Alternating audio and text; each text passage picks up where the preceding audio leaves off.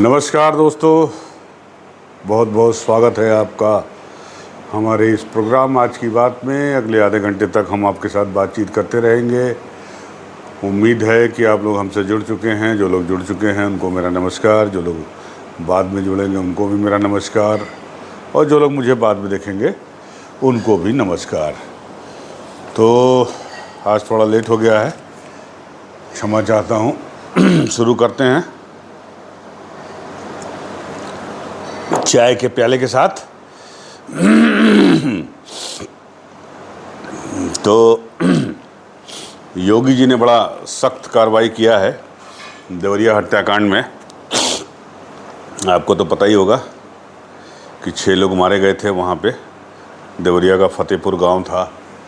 ज़मीनी विवाद था वहाँ पे, बहुत दिनों से चल रहा था। कोई अधिकारी, कोई लेखपाल, कोई चकबंदी का आदमी जो है कोई मदद नहीं किया, जिसकी वजह से ये खूनी हत्याकांड हुआ। और मैंने उस दिन आपको बताया भी था कि सबसे जिम्मेदार ये जो अधिकारी होते हैं इनका होता है। तो सीएम योगी साहब ने हमारे एकदम त्वरित एक्शन लेते हुए, कड़ा एक्शन लेते हुए जो है देवरिया हत्याकांड में एसडीएम और सीओ समेत 15 लोगों को सस्पेंड कर दिया। देख लीजिए, ये खबर है नवाज टाइम्स में पहले पेज पे। एकदम बढ़िया किया। अब जरा ये खबर आपको बता देता हूँ कौन कौन सस्पेंड हुआ है। देखिए सस्पेंड कौन कौन हुआ है। रुद्रपुर के मौजूदा एसडीएम योगेश कुमार गौड़, सीओ जिला जीत, तहसीलदार केशव कुमार, तत्कालीन तहसीलदार रामाश्रय, इस समय बलरामपुर में पोस्टिंग है, राजस्व रेवेन्यू इंस्पेक्टर विशाल नाथ यादव, लेखपाल राज नंदनी यादव और अखिलेश, ये 2 लेखपाल हुए हैं suspend. SHO Naveen Kumar Singh, SI Jayprakash Dubey, head constable Rajesh Pratap Singh, constable Avnish Chauhan, सभी के खिलाफ विभागीय कार्रवाई भी होगी। आईजीआरएस के पुराने संदर्भों में लापरवाही बरतने के लिए पूर्व एसएचओ सुनील कुमार, कांस्टेबल कैलाश पटेल, राम प्रताप कनौजिया और सुभाष यादव को भी सस्पेंड कर दिया गया है।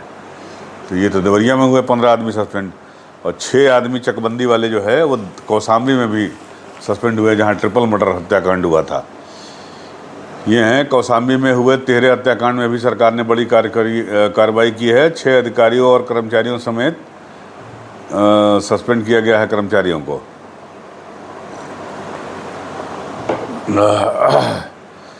इनके अलावा अनियमितता और अनुशासनहीनता पर सिद्धार्थनगर के चकबंदी अधिकारी देवराज सिंह की सेवाएं समाप्त कर दी गई हैं। प्रदेश में 6 अन्य अधिकारियों और कर्मचारियों पर भी कार्रवाई हुई है। तो बहुत ज़रूरी है,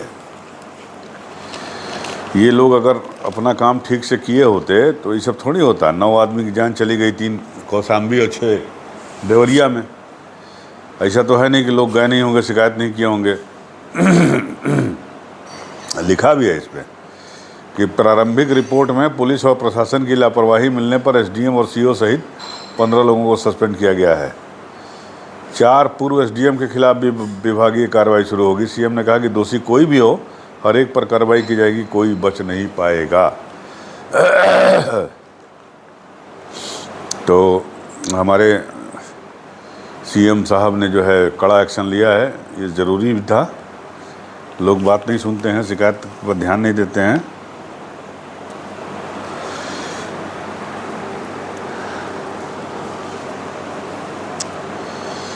तो ये है। अब चलते हैं, आम आदमी पार्टी की एक खबर है सुप्रीम कोर्ट से। सुप्रीम कोर्ट ने पूछा ईडी से कि सिसोदिया पर केस क्यों किया गया है।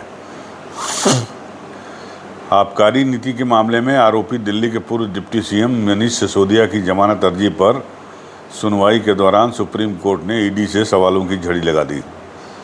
कोर्ट ने ईडी से कहा कि आपका केस है कि सिसोदिया के पास पैसा नहीं आया, मनी ट्रेल में उनकी भूमिका नहीं है, तो मनी लॉन्ड्रिंग में वो आरोपितों में क्यों शामिल हैं। मामले की अगली सुनवाई गुरुवार यानी 12 अक्टूबर को होगी, नवरात्र से 2 दिन पहले। सुप्रीम कोर्ट ने कहा कि पीएमएलए के तहत आरोपित का अपराध में सक्रिय रूप से शामिल होना जरूरी है। सीबीआई की चार्जशीट में है कि 100 करोड़ रुपए दिए गए, ईडी ने 33 करोड़ बताया है। शराब लाबी से आरोपी तक पैसे किस तरह पहुंचे, इस पूरी चेन को साबित करना जरूरी है। आपका केस आरोपी दिनेश अरोड़ा के बयानों के इर्द गिर्द है। वह सरकारी गवाह बन गया था। जांच एजेंसी सिर्फ सरकारी गवाह के बयान पर कैसे भरोसा कर सकती है। सुप्रीम कोर्ट ने 4 अक्टूबर को कहा था कि राजनीतिक पार्टी बेनिफिशरी है तो उसे आरोपित क्यों नहीं बनाया जाए। कोर्ट ने साफ किया कि यह सवाल लीगल संदर्भ में था। इसका मतलब यह नहीं कि सभी को मामले में आरोपित बना दिया जाए। इस बीच केंद्रीय मंत्री अनुराग ठाकुर ने कहा कि अभी उप मंत्री से लेकर बाकी जेल गए हैं, सरगना बाहर है, सरगना का भी नंबर आएगा। और उनका इशारा जो है आप समझ सकते हैं किसकी तरफ है, मुख्यमंत्री अरविंद केजरीवाल की तरफ। तो बड़ा दिलचस्प मोड़ पे है ये शराब कांड वहाँ का, दिल्ली का। कोई सबूत ही नहीं है सिसोदिया के खिलाफ और 2 महीना 3 महीना जेल में है वो। संजय सिंह को 10 अक्टूबर तक ईडी की रिमांड पर भेज दिया गया। आपके नेता संजय सिंह 10 अक्टूबर तक ईडी की हिरासत में रहेंगे। उन्हें आबकारी नीति से जुड़े कथित मनी लॉन्ड्रिंग केस में कोर्ट में पेश किया गया। संजय ने कहा यह मोदी जी का न्याय है। वह आगामी चुनाव हार रहे हैं। ईडी ने अदालत से कहा कि कागजों में 10 दिनों की रिमांड मांगी गई है, पर अदालत चाहे तो 7 दिन की दे सकती है। कोर्ट ने 5 दिनों की रिमांड दे दी। तो ये है मामला शराब कांड का। सबूत नहीं है ईडी के पास ज़्यादा पुख्ता। मतलब उधर उर्मिलेश जो पत्रकार हैं और विशाल जो है पत्रकार शर्मा जी, तो उनसे फिर दोबारा पूछताछ किया ईडी ने। न्यूज़ क्लिक केस में गुरुवार को पुलिस ने पत्रकार उर्मिलेश और विशाल शर्मा को दोबारा पूछताछ के लिए बुलाया। दोनों पत्रकार दोपहर को लोधी कॉलोनी स्थित स्पेशल सेल के दफ्तर पहुंचे, जहां देर शाम तक इनसे पूछताछ जारी रही। न्यूज़ क्लिक के फाउंडर और एचआर हेड को यूएपीए के तहत गिरफ्तार कर लिया गया है। तो देखिए साहब, ये भी है वहाँ पे। सिक्किम में 18 के 100 मिल गए, 98 अब भी लापता हैं। बादल फट गया था, आपको पता है ना। उत्तरी सिक्किम में लहनोक झील के ऊपर बादल फटने से तीस्ता नदी में आई बाढ़ से मची तबाही के बाद अब जिंदगी बचाने की जंग चल रही है। अब तक 18 लोगों के 100 मिल चुके हैं। भारतीय सेना के 22 जवानों समेत 98 लोग अभी भी लापता हैं, जिनकी खोज की जा रही है। बाप रे बाप, पता नहीं हमारे 22 जवान कहाँ हैं। भगवान उन्हें सुरक्षित रखे।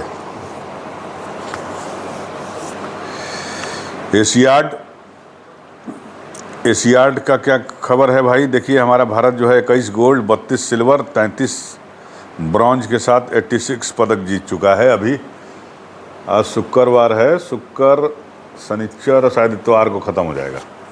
तो अभी 2-3 दिन है। देखिए कितना पदक और जीतते हैं।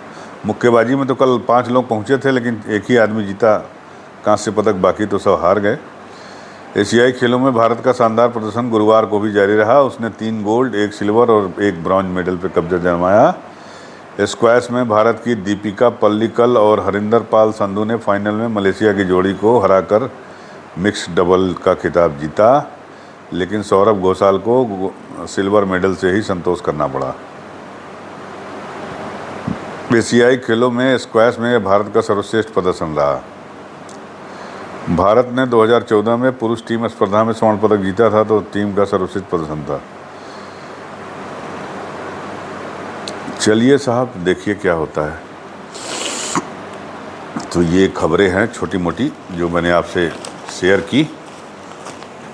क्रिकेट का वर्ल्ड कप शुरू हो गया, आपको तो पता ही है।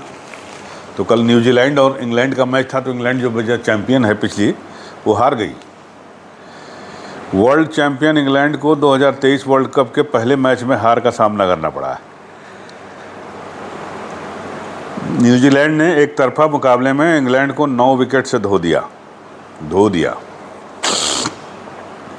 इंग्लैंड के ओपनर डेवन कॉनवे 152 रन और सचिन रविंद्र 123 रन ने दूसरे विकेट के लिए 273 रन की रिकॉर्ड साझेदारी की है। समझे आप। तो ये है, थोड़ा सा पढ़ देता हूँ आपको। ये मैच के बारे में बहुत दिलचस्पी होगी, बहुत लोगों को पता होगा, बहुत लोगों को नहीं पता होगा, तो बता देते हैं थोड़ा सा। पिछले वर्ल्ड कप के फाइनल में रोमांचक अंदाज में न्यूजीलैंड को हराकर वर्ल्ड चैंपियन बने इंग्लैंड को 2023 वर्ल्ड कप के पहले मैच में जोर का झटका धीरे से लगा है। कप्तान और कई अन्य खिलाड़ियों की चोट से जूझ रही कीवी की टीम ने एक तरफा मुकाबले में इंग्लैंड को 9 विकेट से धो दिया। न्यूजीलैंड के ओपनर डेवन कान्यू 152 रन, 121 गेंद, 19 चौका, 3 छक्का और नंबर 3 पर उतरे रचिन रविंद्र 123 रन, 96 गेंद में 11 चौका, 5 छक्का ने दूसरे विकेट के लिए 273 रन की रिकॉर्ड सेंचुरी निभाई। पहली बार वर्ल्ड कप खेल रही इस जोड़ी ने 82 गेंद बाकी रहते न्यूजीलैंड को 9 विकेट से जीत दिला दी। इंग्लैंड ने 282 रन बनाए थे, तो इंग्लैंड भैया चैंपियन हार गई। आज जो है पाकिस्तान का मुकाबला जो है हॉलैंड से है, नीदरलैंड से, तो देखिए क्या होता है।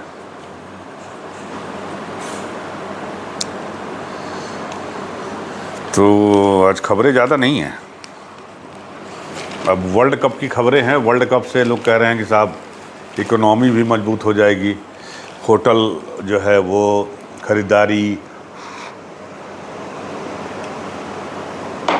खाने पीने का ऑर्डर, ये सब चीज़ें जो हैं बढ़ेंगी। तो बाकायदा नवभारत टाइम्स ने एक संपादकीय लिख डाला है, वर्ल्ड कप क्रिकेट से इकनॉमी को कितना फ़ायदा होगा।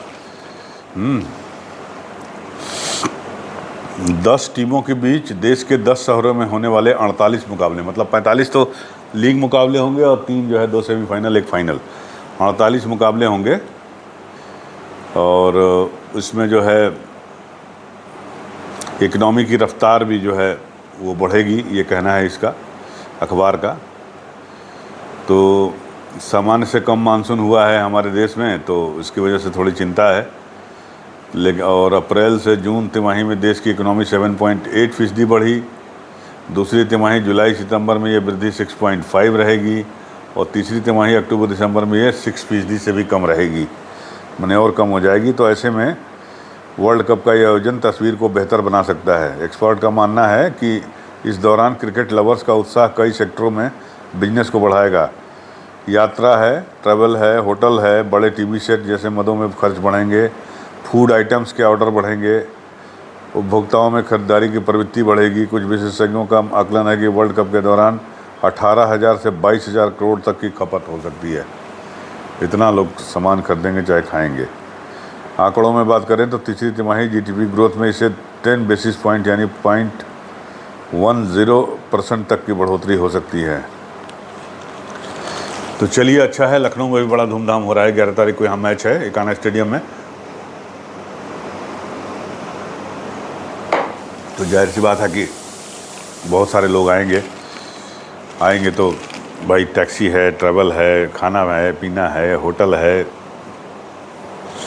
ये सब चीज़ें तो बढ़ेंगी। तो ये है नवभारत टाइम्स में आज ज़्यादा खबर नहीं है। चलिए संघीय अखबार उठाते हैं, जागरण। तो जागरण में देखें क्या है, मोदी जी की फ़ोटो लगी है।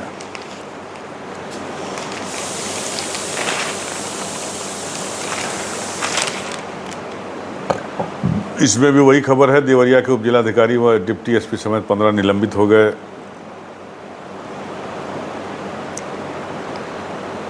सिक्किम हादसे में 4200 मिले, 22 जवानों समेत 109 अभी भी लापता हैं। नॉर्वे के जॉन फॉस को साहित्य का नोबेल पुरस्कार मिला है। 2023 के लिए साहित्य का नोबेल पुरस्कार नॉर्वे के लेखक जॉन फॉस को दिया गया है। नाटकों से लेकर उपन्यासों और बच्चों की किताबों तक विस्तृत क्षेत्र में योगदान देने वाले फॉस के बारे में कहा जाता है कि वह उन लोगों की भावनाओं को आवाज़ देते हैं जो अपनी बात नहीं कह पाते। 1959 में जन्मे फॉस ने 40 से अधिक नाटक लिखे हैं। हेनरिक इब्सन के बाद वह दूसरे नाटककार हैं जिनके नाटकों का नॉर्वे में सबसे अधिक मंचन हुआ है। इन्होंने उपन्यास, कविता संग्रह, लघु कथाएँ, निबंध और बच्चों की किताबें लिखी हैं। Dream of autumn, closed guitar, winter afternoon, morning and evening इनकी प्रमुख कृतियाँ हैं। साहित्य के लिए नोबेल पुरस्कार चयन समिति ने अध्यक्ष एंडर्स ओल्सन ने कहा कि फास का काम उनकी नॉर्वे से जुड़ी पृष्ठभूमि की भाषा और प्रकृति में निहित है। नोबेल पुरस्कारों के लिए चुने जाने वाले पर फास ने कहा कि उन्होंने जब फ़ोन किया तो मैं आश्चर्यचकित रह गया। फॉस ने नॉर्वे के सार्वजनिक प्रसारक NRK को बताया कि मैंने इसके लिए खुद को सावधानीपूर्वक तैयार किया है। मैं पिछले 10 सालों से ऐसा हो सकता है। फ़ोन कॉल आना मेरे लिए बहुत खुशी की बात थी। तो बहुत बहुत बधाई फास साहब, नोबेल पुरस्कार के लिए साहित्य के 10 करोड़ रुपया भी मिलेगा। तो बाकी इस अखबार में कुछ नहीं है। चुनाव जो है वो जोर पे है। कल प्रियंका गांधी का रैली था धार में, मोहनखेड़ा कोई जगह है, तो वहाँ उन्होंने कहा एक बड़ी सटीक बात कि भैया मोदी जी जो है वो उनका नाम नहीं ले रहे हैं। किसका नाम नहीं ले रहे हैं? शिवराज जी का नाम नहीं ले रहे हैं। शिवराज सिंह चौहान जो मुख्यमंत्री हैं, चौथी बार के मुख्यमंत्री हैं, तो वो नाम नहीं ले रहे हैं क्योंकि उनको शर्म आ रही है।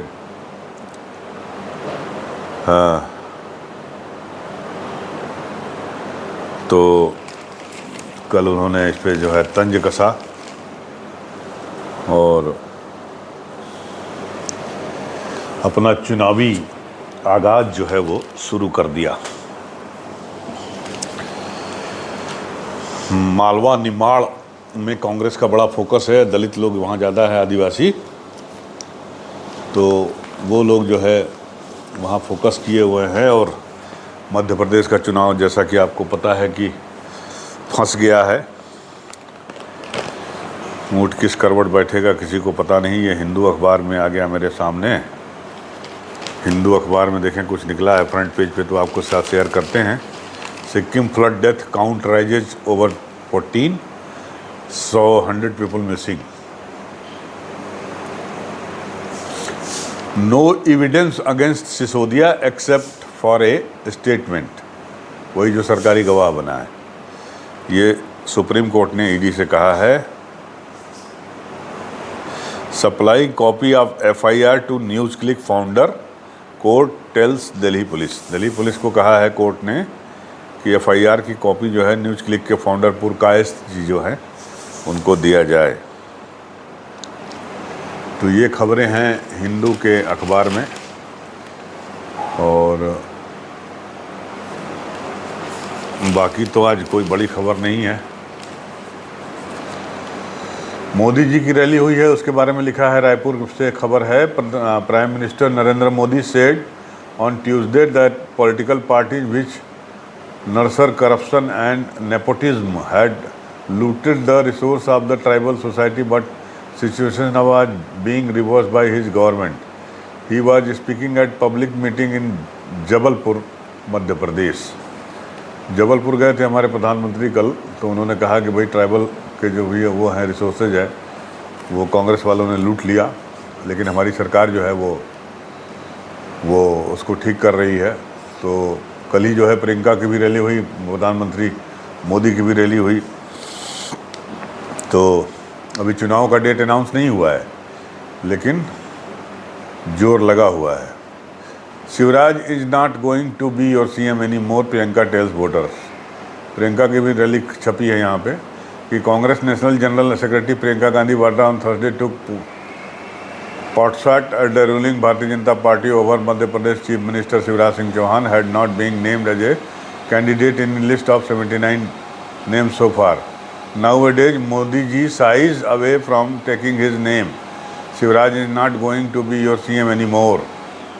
Modi ji talks about Congress over 50 times in 50 minutes address. Congress workers should be happy about it. उन्होंने कहा कि अब शिवराज सिंह चौहान जो है वो आपके वो नहीं बनेंगे क्या मुख्यमंत्री, और मोदी जी को भी शर्म आ रही है उनका नाम लेने में, और वो खाली कांग्रेस का नाम लेते हैं। 50 मिनट के भाषण में 50 बार कांग्रेस का नाम लिए। तो एकदम ज़ोर शोर से जो है शुरू हो गया है चुनावी हमले। तो ये है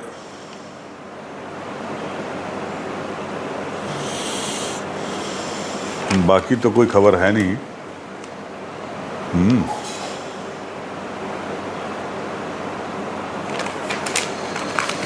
तो चलिए आज की खबरें यहीं समाप्त करते हैं। कुछ है नहीं ज़्यादा, देखने से नहीं लग रहा है कि कुछ है। खबरें बहुत ज़्यादा नहीं हैं, सारी अखबारों को देख लिया मैंने। लास्ट ये अमर उजाला बचा है, इसको भी देख लेते हैं कि इसमें कुछ है कि नहीं है।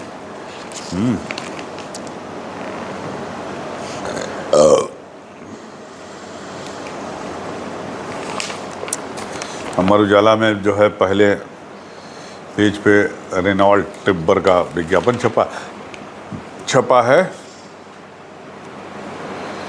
और लिखा है कि इसमें एक अलग खबर छपी है अबू आजमी के बारे में कि सपा के महाराष्ट्र प्रदेश अध्यक्ष अबू आजमी की बेनामी संपत्तियों की तलाश में आयकर विभाग ने बृहस्पतिवार को 3 शहरों में छापे मारे हैं।